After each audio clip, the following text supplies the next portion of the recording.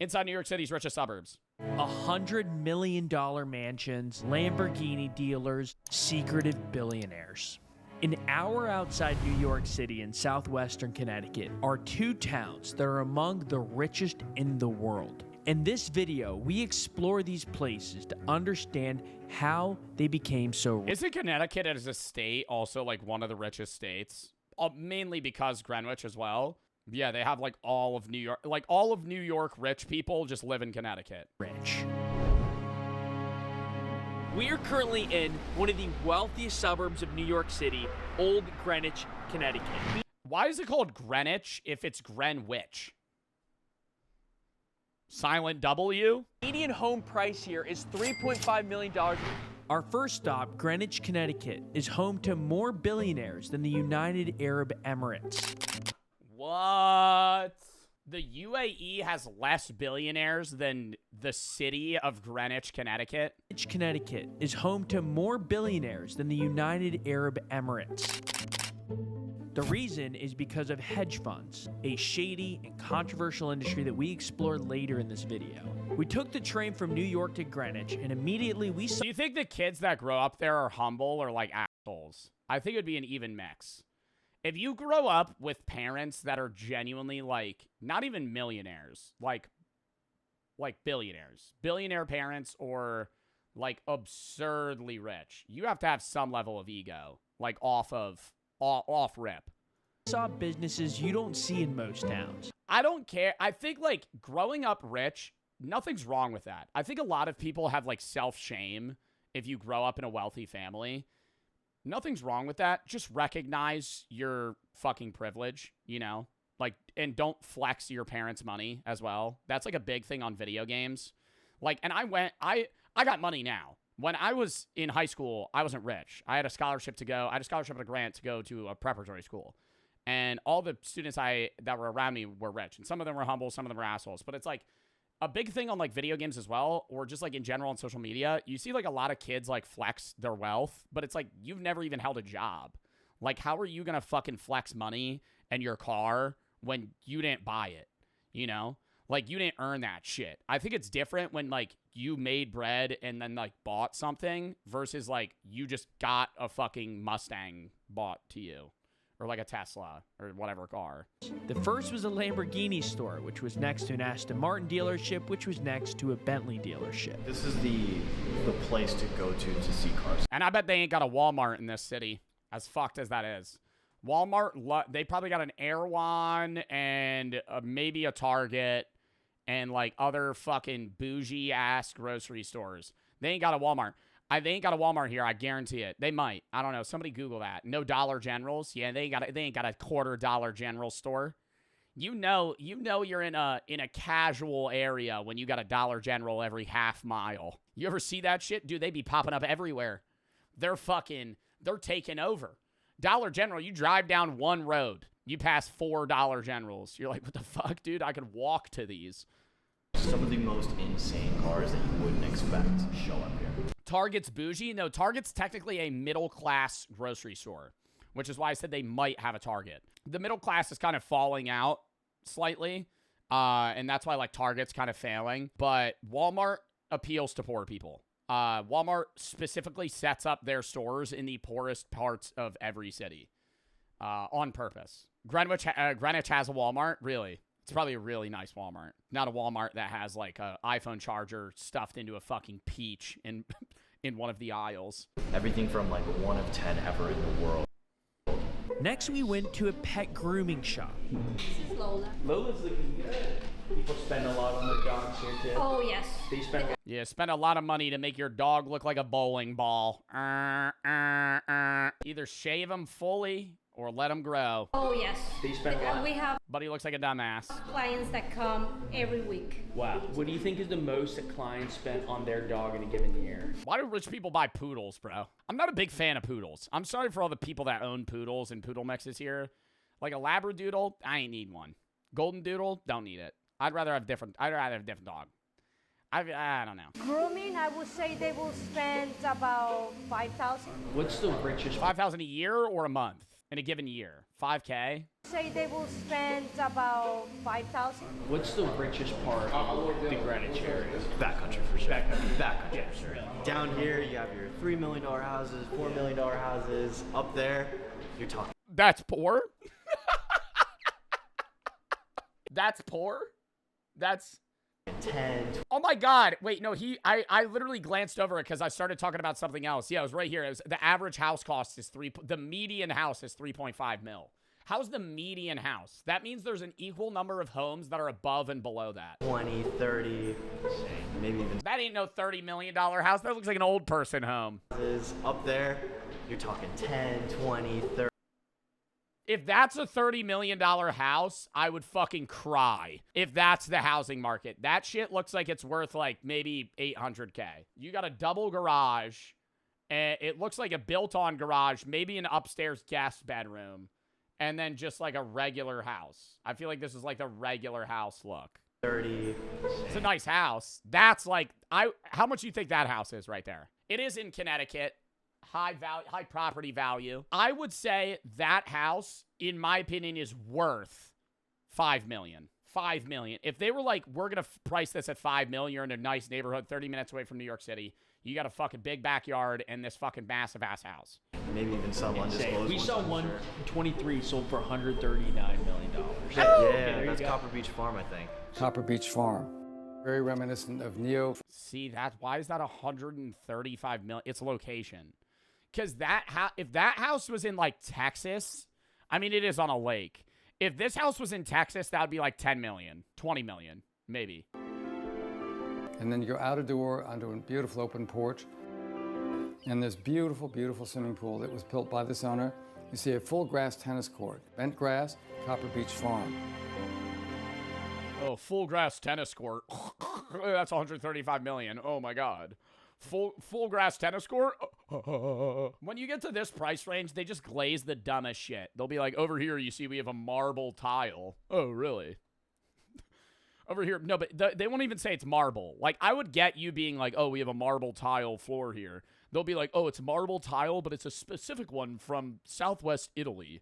They have to mine it, and it takes this long to get. I don't give a fuck. It looks like some random ass marble to me. Give me that off-brand shit. Ain't nobody got to know. Like, what? Why are you paying for that shit? Nobody gives a fuck. We took a ride around Greenwich's famous Golden Triangle neighborhood, but were unable to go by Copper Beach Farm. We're just filming some of the neighborhood. Yeah, you can turn around, you just can't do anything back there. You can't do anything back there. Okay, sounds good. But I open the gate, you can turn around right in here. Thank you, appreciate that. However, we did learn that it was linked to an LLC with the hedge fund. 10 fireplaces? I mean, what the fuck? Why do you got 10 fireplaces? You need one. What do we live in medieval times? Your house is not that cold and you need one. Well, you starting a wood burning fire? They better not all be wood burning. You should be lugging wood. Billionaire named Ray Dalio's name on it. He's one of the 10 billionaires who lives in Greenwich. Another one is Steve Cohen, the owner of the Mets. This hedge fund billionaire is worth $21 billion and bought this house for $15 million in 19... Dude, I say this every time we watch like rich people house videos. Too big. Too big. Even if I was this fucking rich, like, wouldn't you want a house that's just like high-tech, nice-looking, but smaller? Like, this looks like it's 35 rooms. It doesn't even feel like a home. Like, when you walk into a home, don't you want to be like, oh, I feel comfortable here? I would feel like I'm in a hotel lobby. 1998. So we tried to get a tour of the most expensive home for sale in Greenwich right now. It's $45 million. And unfortunately, you need to have proof of funds to get it. You got to prove that you could fucking spend that money to get toured. Tour. So what is proof of funds though? How much money do you need to show them for a 45 mil house? You probably at least got to show you got like 20 mil, maybe more. You ain't got to show that you got 100 because they'll fucking sell you a house you can't pay for. That's just most homeowners. Most homeowners are buying homes that they don't have money for. I think you got to show proof of funds. It's probably a percentage. A credit score, they ain't looking at credit score for a $45 million house. credit score. They're looking that you could probably place like at least 20% down right now.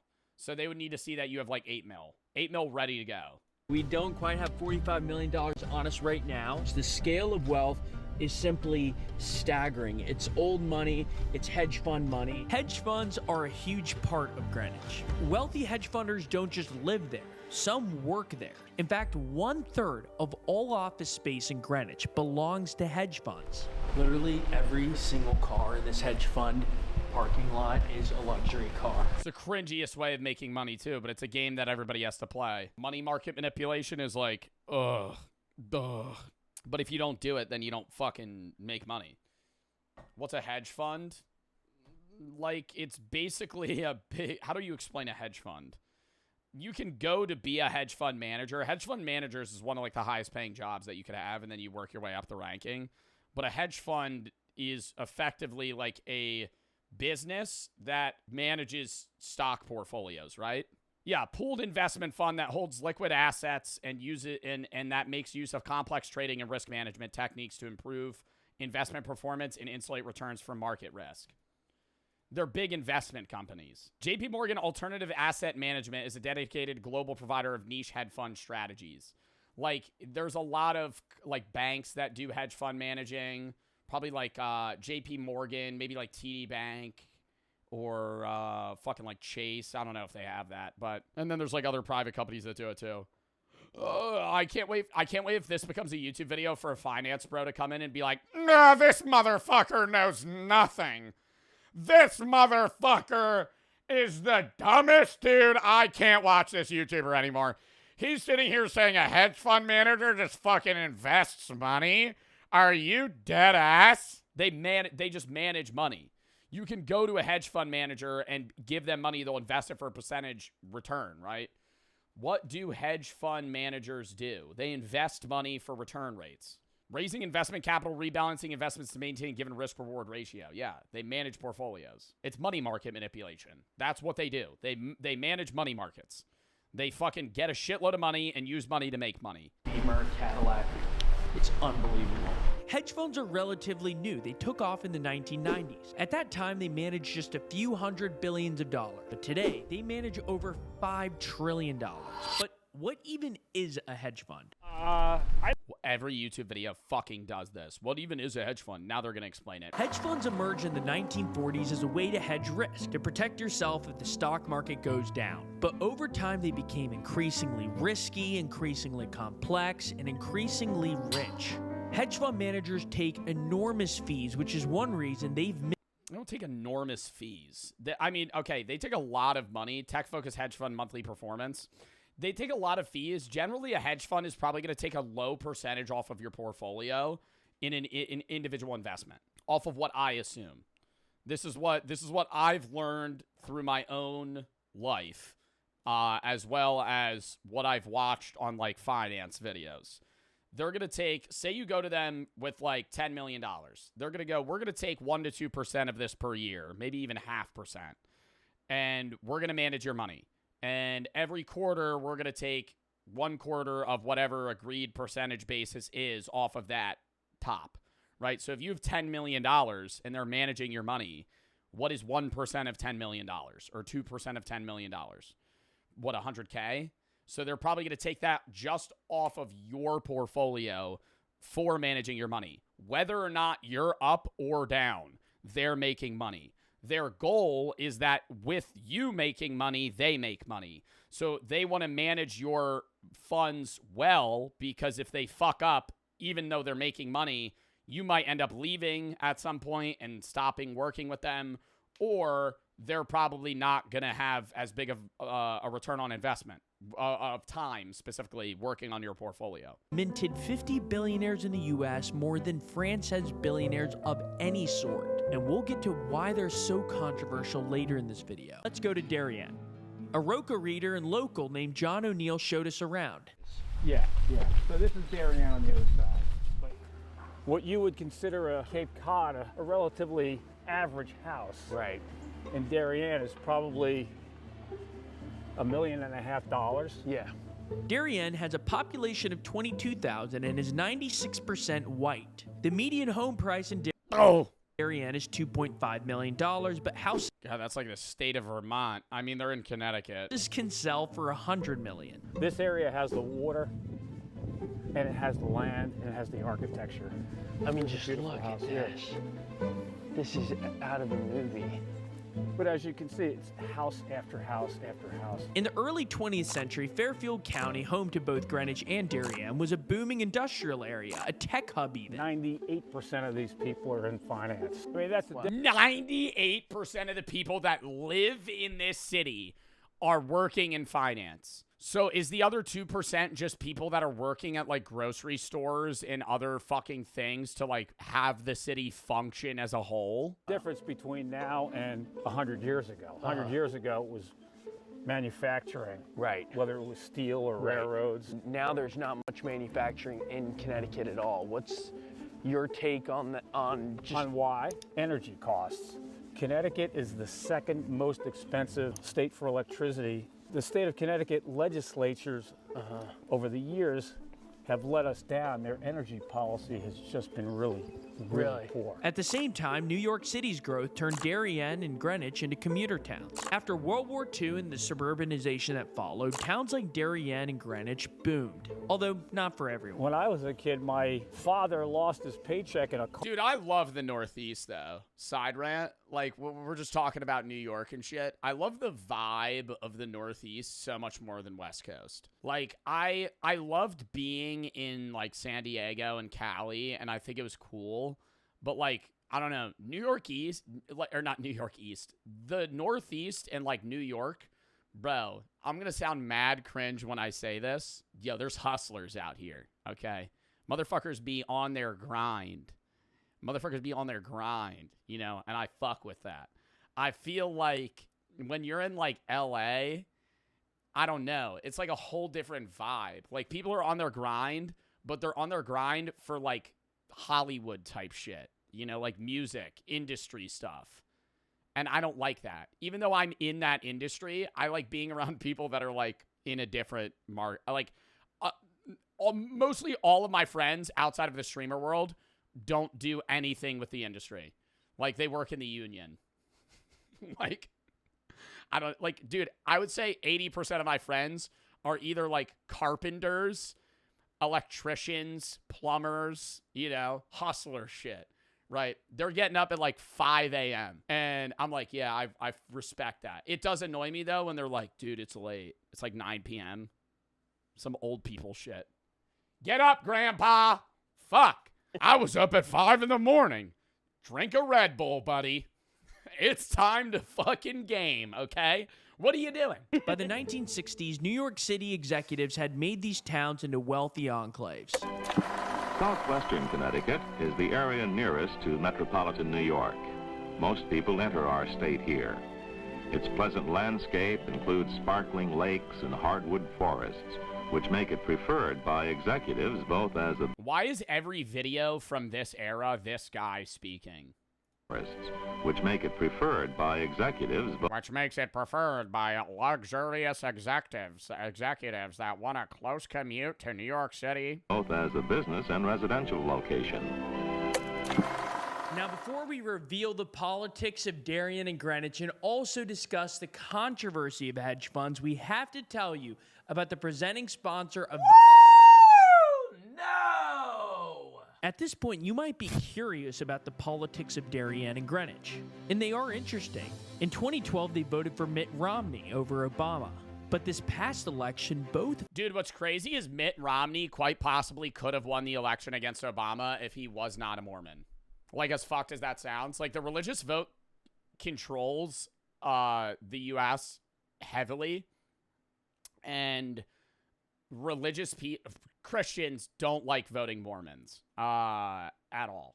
And the majority of presidents were Protestant. I think there's only been Protestant presidents and then Catholics. That's it.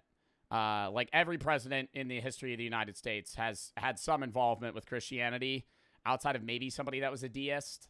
But yeah, no, or atheist. There's never been an atheist president. I don't know if that'll ever happen. I think maybe our generation.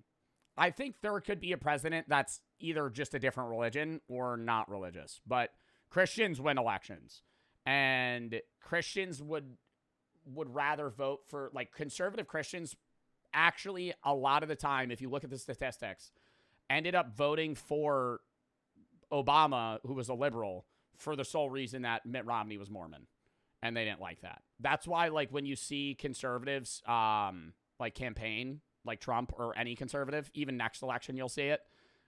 Conservatives pull heavy with religious people. They fucking go balls to the walls trying to get Protestants, Catholics, Anglicans. They want religious votes because that's how they win. If they don't get the religious vote, they lose every time.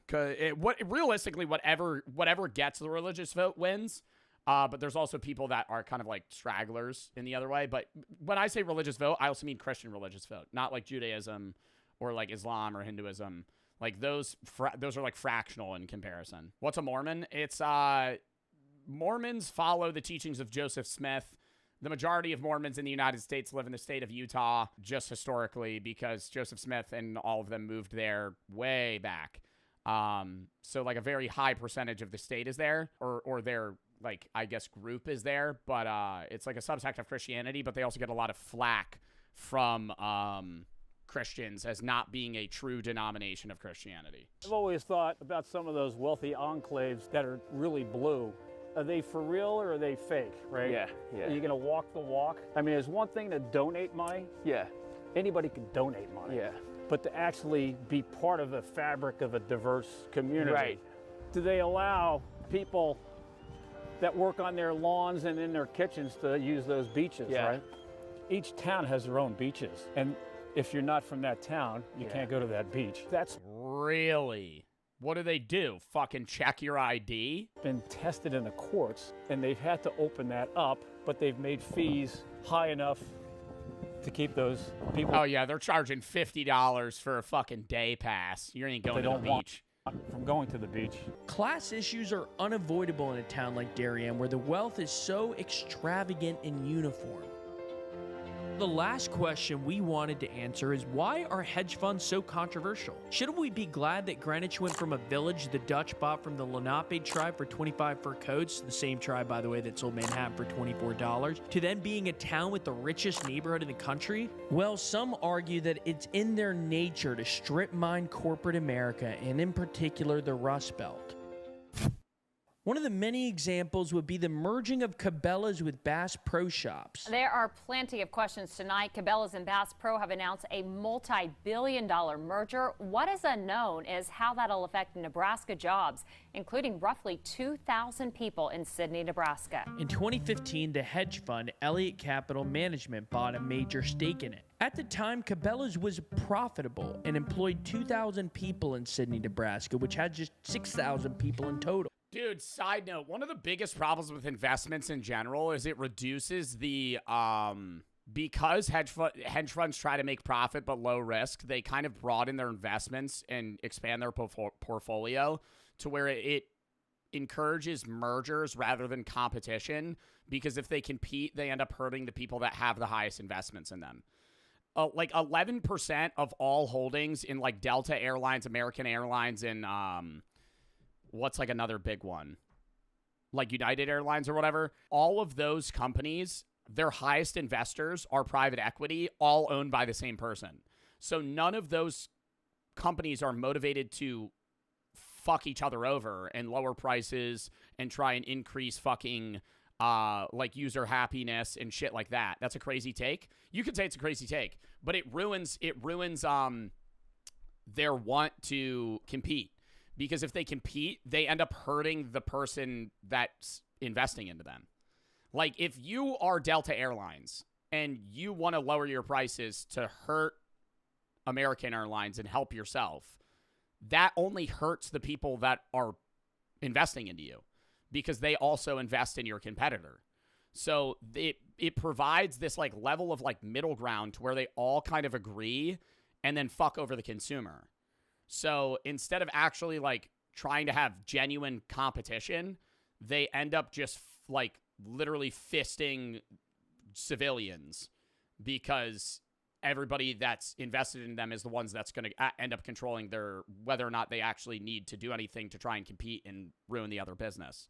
They could just have their own little segment and then pummel out any of the other smaller competitors. Stake in Cabela's, it pressured it to sell to Bass Pro Shops a year later. It did, and that closed its Sydney headquarters, decimating the town. Elliott Capital made $90 million from the one-year investment, and last year, by the way, Elliott Capital opened an office in Greenwich. Some say this is a pattern that's happened over and over and over in America. But defenders of hedge funds say our free markets have made us the richest country in history and forced companies to be more efficient and competitive.